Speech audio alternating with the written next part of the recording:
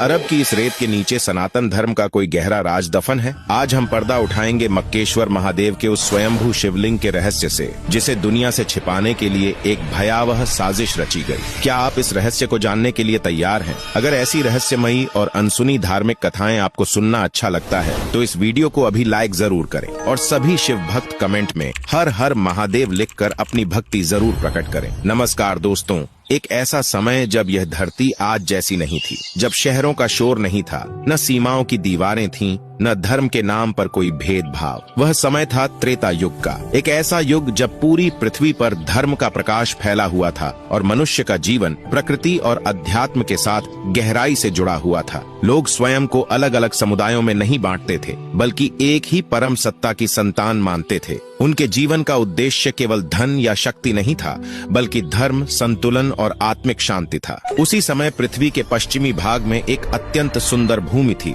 जिसे आज हम अरब के नाम से जानते हैं। लेकिन उस युग में यह स्थान रेगिस्तान नहीं था। यहाँ दूर दूर तक फैली हरियाली थी, निर्मल जल की नदियां बहती थीं और हवा में एक अद्भुत शांति महसूस होती थी। यह भूमि साधकों और भक्तों की भूमि थी, जहाँ हर दिन भगवान के स्मरण से शुरू होता और उसी में समाप्त होता था। इसी पवित्र भूमि के मध्य में एक दिव्य स्थान था, जिसे लोग मक्केश्वर कहते थे। यह केवल एक नगर नहीं था, बल्कि एक आध्यात्मिक केंद्र था, जहाँ दूर दूर से लोग दर्शन करने आते थे। मक्केश्वर के हृदय में स्थित था एक अद्भुत मंदिर, मक्केश्वर महादेव का मंदिर। कहा जाता है कि इस स्थान को स्वयं भगवान शिव ने अपनी तपस्थली के रूप में चुना था। मंदिर के गर्भगृह में स्थापित शिवलिंग किसी मनुष्य द्वारा बनाया गया नहीं था, बल्कि वह स्वयंभू था। उसका स्वरूप श्वेत संगमरमर जैसा उज्जवल था, लेकिन उससे निकलने वाली दिव्य आभा किसी भी सामान्य प्रकाश से अलग थी। रात के गहरे अंधकार में भी वह शिवलिंग पूरे मंदिर परिसर को चंद्रमा की तरह प्रकाशित कर देता था, और जब भोर की पहली किरण उस शिवलिंग पर पड़ती तो ऐसा प्रतीत होता मानो स्वयं महाकाल अपने तेज से पूरे ब्रह्मांड को आशीर्वाद दे रहे हों।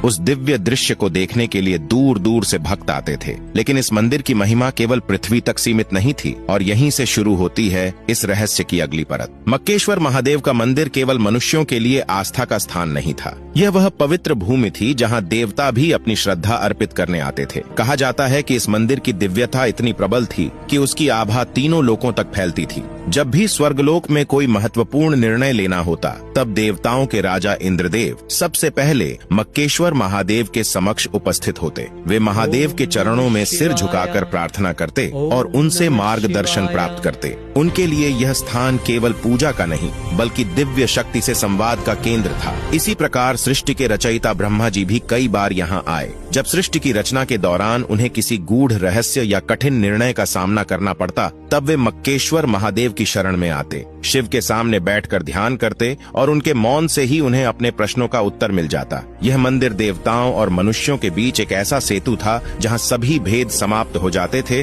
और केवल भक्ति का भाव रह जाता था। लेकिन इस मंदिर का सबसे अद्भुत और अलौकिक दृश्य हर पूर्णिमा की रात को दिखाई देता था। जब चंद्रमा अपनी पूर्ण चमक के साथ आकाश में होता, तब मंदिर का वातावरण और भी दिव्य हो जाता। कहा जाता है कि उन रातों में माता पार्वती स्वयं वहां आती थीं। वे उजले चांदी जैसे वस्त्र धारण करती, माथे पर चंदन का तिलक और हाथों में रुद्राक्ष की माला होती। जब वे शिवलिंग की शांत भाव से परिक्रमा करती, तब उनके चरणों की मधुर ध्वनि पूरे मंदिर परिसर में गूंज उठती। उस क्षण ऐसा लगता मानो पूरा नगर किसी अदृश्य संगीत में डूब गया हो। यह दृश्य इतना पवित्र और अद्भुत होता कि जो भी उसे देखता, उसकी आंखें श्रद्धा से भर जाती। लेकिन समय हमेशा एक जैसा नहीं रहता और धीरे धीरे वह स्वर्णिम युग बदलने लगा। लेकिन समय का नियम है कि वह कभी स्थिर नहीं रहता। युग बदलते हैं और उनके साथ मनुष्यों की सोच भी बदलने लगती है। त्रेता का स्वर्णिम युग धीरे धीरे समाप्त हुआ, फिर द्वापर का समय आया और अंततः संसार ने उस युग में प्रवेश किया जिसे हम कलयुग कहते हैं।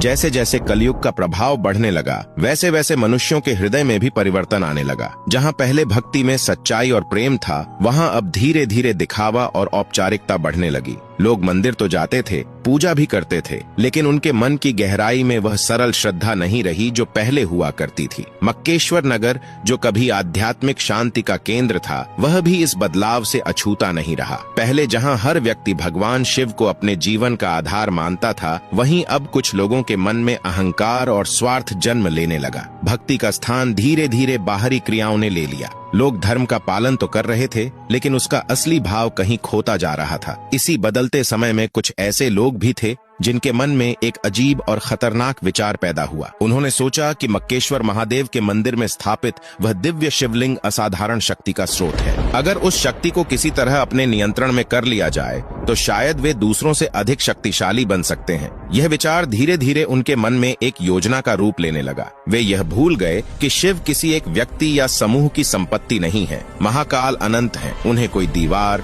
कोई सीमा बांध नहीं सकती। लेकिन अज्ञान हमेशा सत्य को समझने से रोक देता है, और इसी अज्ञान ने एक ऐसी घटना को जन्म दिया जिसने मक्केश्वर की पवित्र भूमि की दिशा ही बदल दी। एक भयावह अमावस्या की रात आने वाली थी, और उसी रात कुछ ऐसा होने वाला था जिसे सुनकर आज भी रूह कांप उठती है। वह रात असामान्य रूप से शांत थी। आकाश में अमावस्या का गहरा अंधकार छाया हुआ था। चांद कहीं दिखाई नहीं दे रहा था, और तारे भी जैसे डर के मारे अपनी चमक छुपा बैठे थे। हवा की गति थम सी गई थी, मानो पूरी प्रकृति किसी अनजानी घटना को महसूस कर रही हो। मक्केश्वर नगर उस रात असामान्य रूप से शांत था। मंदिर के भीतर स्थापित दिव्य शिवलिंग अपनी उज्जवल आभा से पूरे गर्भगृह को प्रकाशित कर रहा था। लेकिन आश्चर्य की बात यह थी कि उस रात कोई भी भक्त दर्शन के लिए नहीं आया था, क्योंकि उसी समय कुछ लोग एक गुप्त योजना को अंजाम देने के लिए मंदिर की ओर बढ़ रहे थे। वे लोग अंधेरे का सहारा लेकर धीरे धीरे मंदिर के भीतर प्रवेश कर गए। उनके हाथों में बड़े और भारी पत्थर थे। उनके चेहरों पर भय और लालच का अजीब मिश्रण दिखाई दे रहा था। उन्होंने तय कर लिया था कि आज वे उस दिव्य शिवलिंग को पत्थरों से ढक देंगे, ताकि उसकी शक्ति केवल उनके नियंत्रण में आ सके। जैसे ही उन्होंने पहला पत्थर शिवलिंग के सामने रखा, अचानक धरती हल्के से कांप उठी। मंदिर की दीवारों में कंपन महसूस हुआ, लेकिन उन्होंने इसे सामान्य घटना समझकर अनदेखा कर दिया। फिर दूसरा पत्थर रखा गया। इस बार आकाश में तेज गर्जना हुई और बादल जोर से गरजने लगे। तीसरा पत्थर रखते ही अचानक वर्षा शुरू हो गई, लेकिन यह कोई साधारण वर्षा नहीं थी। ऐसा लग रहा था मानो स्वयं प्रकृति इस पाप को रोकने की कोशिश कर रही हो। आकाश रो रहा था, धरती कांप रही थी और वातावरण में एक अजीब भय फैल गया था। फिर भी वे लोग अपने काम में लगे रहे। अंततः उन्होंने शिवलिंग के चारों ओर पत्थरों की दीवार बना दी और उसे पूरी तरह ढक दिया। जैसे ही अंतिम पत्थर अपनी जगह पर रखा गया, उसी क्षण आकाश में एक भयानक गर्जना गूंजी। वह आवाज किसी मनुष्य की नहीं थी, बल्कि ऐसी थी जो सीधे आत्मा को हिला दे। उस दिव्य स्वर ने पूरे नगर को कंपा दिया, और उसी क्षण कुछ ऐसा हुआ जिसने इतिहास की दिशा बदल दी। जैसे ही शिवलिंग के चारों ओर पत्थरों की अंतिम परत रखी गई, मंदिर के भीतर एक गहरा और अजीब सा सन्नाटा फैल गया। ऐसा लगा मानो समय कुछ क्षणों के लिए ठहर गया हो। उसी क्षण आकाश में एक भयानक गर्जना गूंजी। वह आवाज किसी मनुष्य की नहीं थी, बल्कि एक ऐसी दिव्य ध्वनि थी जो सीधे हृदय को कंपा देती थी। उस आवाज ने कहा, हे मूर्खों, जो पाप तुमने किया है उसका फल तुम्हें और तुम्हारी आने वाली संतानों को भोगना पड़ेगा। मैं कहीं गया नहीं हूँ, बल्कि तुम ही मुझसे दूर हो गए हो। उस गर्जना की गूंज से पूरा मक्केश्वर नगर थर्रा उठा। पर्वत कांपने लगे, वृक्ष झुक गए और पक्षी भय से चुप हो गए। लेकिन अज्ञान में डूबे वे लोग उस चेतावनी को भी समझ नहीं पाए और धीरे धीरे वहां से चले गए। मंदिर के भीतर अब गहरा अंधकार था। पत्थरों के पीछे छिपा शिवलिंग मौन हो चुका था, लेकिन वह मौन क्रोध का नहीं, बल्कि करुणा का था। कहा जाता है कि उसी क्षण भगवान शिव की आंखों से एक आंसू गिरा। वह आंसू धरती पर नहीं गिरा, बल्कि पास रखे एक पत्थर पर गिरा। जैसे ही वह आंसू उस पत्थर को छूता है, पत्थर का रंग बदलने लगता है। धीरे धीरे वह पूरा पत्थर काला हो जाता है। यह कोई साधारण परिवर्तन नहीं था, बल्कि महादेव के मौन दर्द की निशानी बन गया। वह काला पत्थर इस बात का प्रतीक था कि महादेव ने अपने ही भक्तों की भूल को सह लिया। वे चाहते तो क्रोधित होकर सब कुछ नष्ट कर सकते थे, लेकिन उन्होंने ऐसा नहीं किया। उन्होंने केवल करुणा दिखाई और चुपचाप वहीं रहने का निर्णय लिया। कहा जाता है कि वही काला पत्थर आज भी उस स्थान पर मौजूद है, महाकाल के उस मौन आंसू की अमिट याद बनकर। लेकिन इस घटना की खबर जब माता पार्वती तक पहुंची, तब उनका हृदय गहरे दुख से भर उठा। जब यह समाचार कैलाश तक पहुंचा कि मक्केश्वर की पवित्र भूमि पर महादेव के शिवलिंग को पत्थरों से ढक दिया गया है, तब माता पार्वती का हृदय गहरे दुख से भर उठा। आदि शक्ति का मन कांप उठा। उन्होंने कभी कल्पना भी नहीं की थी कि जिन भक्तों के लिए महादेव अपना सब कुछ न्योछावर कर देते हैं, वही भक्त अज्ञान में आकर ऐसा कृत्य कर बैठेंगे। माता पार्वती की आंखों में आंसू भर आए। उन्होंने व्याकुल होकर शिव से कहा, हे स्वामी, आपने तो सदैव अपने भक्तों को प्रेम दिया, उन्हें मार्ग दिखाया, फिर उन्होंने ऐसा क्यों किया? क्यों उन्होंने आपको पत्थरों के पीछे छिपा दिया? उनके स्वर में पीड़ा थी, प्रश्न था और एक गहरा दुख भी। महादेव उस समय भी शांत थे। उनके मुख पर वही करुण मुस्कान थी जो सृष्टि के हर दुख को सह लेने की शक्ति रखती है। उन्होंने धीरे से माता पार्वती की ओर देखा और बोले,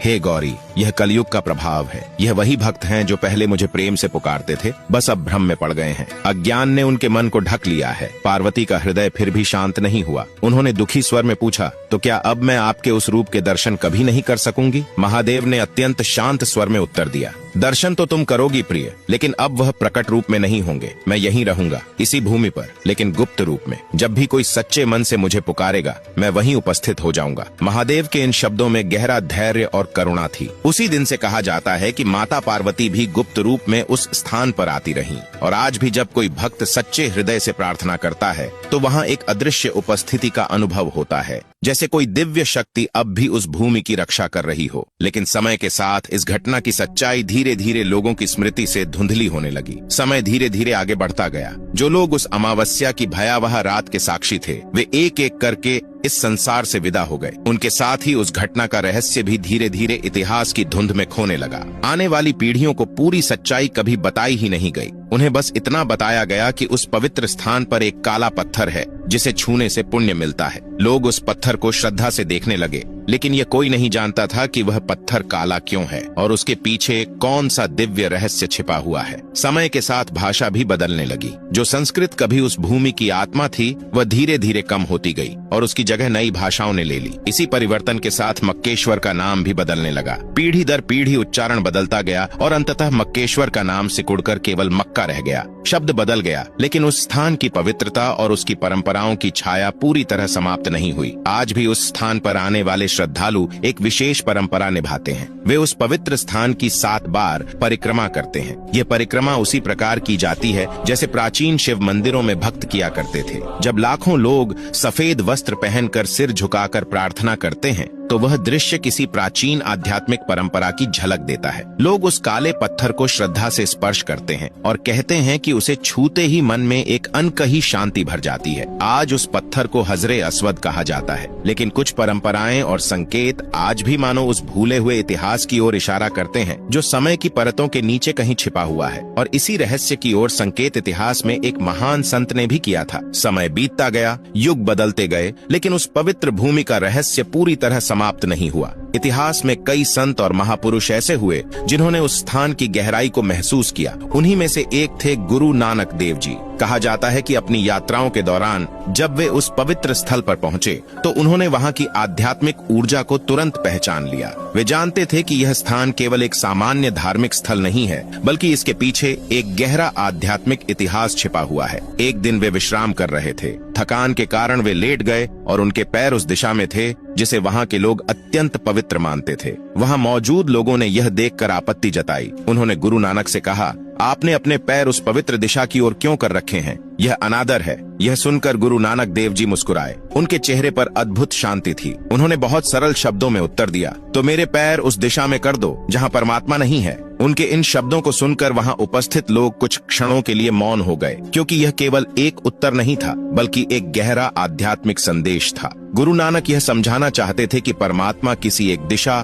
एक स्थान या एक नाम तक सीमित नहीं है। वह हर दिशा में है, हर स्थान पर है और हर हृदय में विद्यमान है। ये वही सत्य है जिसे समझने में मनुष्य को अक्सर पूरी उम्र लग जाती है। गुरु नानक का यह संदेश उस रहस्य की ओर भी इशारा करता है जो उस भूमि के भीतर कहीं छिपा हुआ है। समय के साथ विज्ञान ने भी कई रहस्यों को समझने की कोशिश की, और जब उस काले पत्थर की जांच हुई तो कुछ ऐसे तथ्य सामने आए जिन्होंने लोगों की जिज्ञासा और भी बढ़ा दी। शास्त्रों में कहा गया है कि सत्य चाहे जितना भी छिपा हो, एक दिन अवश्य प्रकट होता है। समय की धारा भले ही इतिहास को धुंधला कर दे, लेकिन सत्य की ज्योति कभी पूरी तरह बुझती नहीं। माना जाता है कि जब कलयुग अपने अंतिम चरण में पहुंचेगा, तब वह रहस्य भी संसार के सामने आएगा जो सदियों से परतों के नीचे छिपा हुआ है। उस दिन लोग यह समझ पाएंगे कि अलग अलग नामों और परंपराओं के पीछे वास्तव में एक ही परम सत्य छिपा था। लोग यह भी महसूस करेंगे कि वे सदियों से उसी एक परम शक्ति की आराधना कर रहे थे, बस मार्ग अलग अलग थे।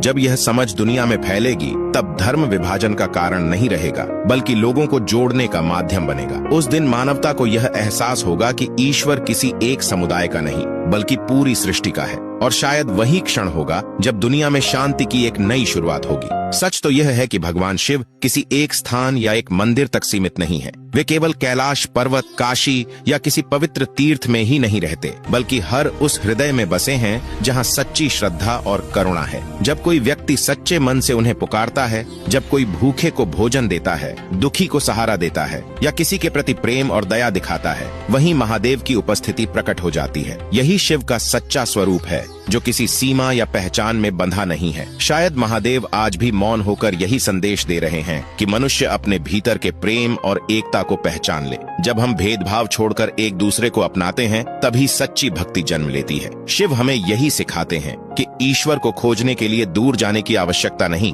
बस अपने हृदय को निर्मल बनाना ही सबसे बड़ा मार्ग है। अगर आपको यह रहस्यमयी और अद्भुत कथा रोचक लगी तो इस वीडियो को जरूर शेयर करें, ताकि और लोग भी इस छिपे हुए रहस्य के बारे में जान सकें। और ऐसी ही गहरी धार्मिक और रहस्यमयी कहानियां सुनने के लिए हमारे चैनल को अभी सब्सक्राइब कर लें।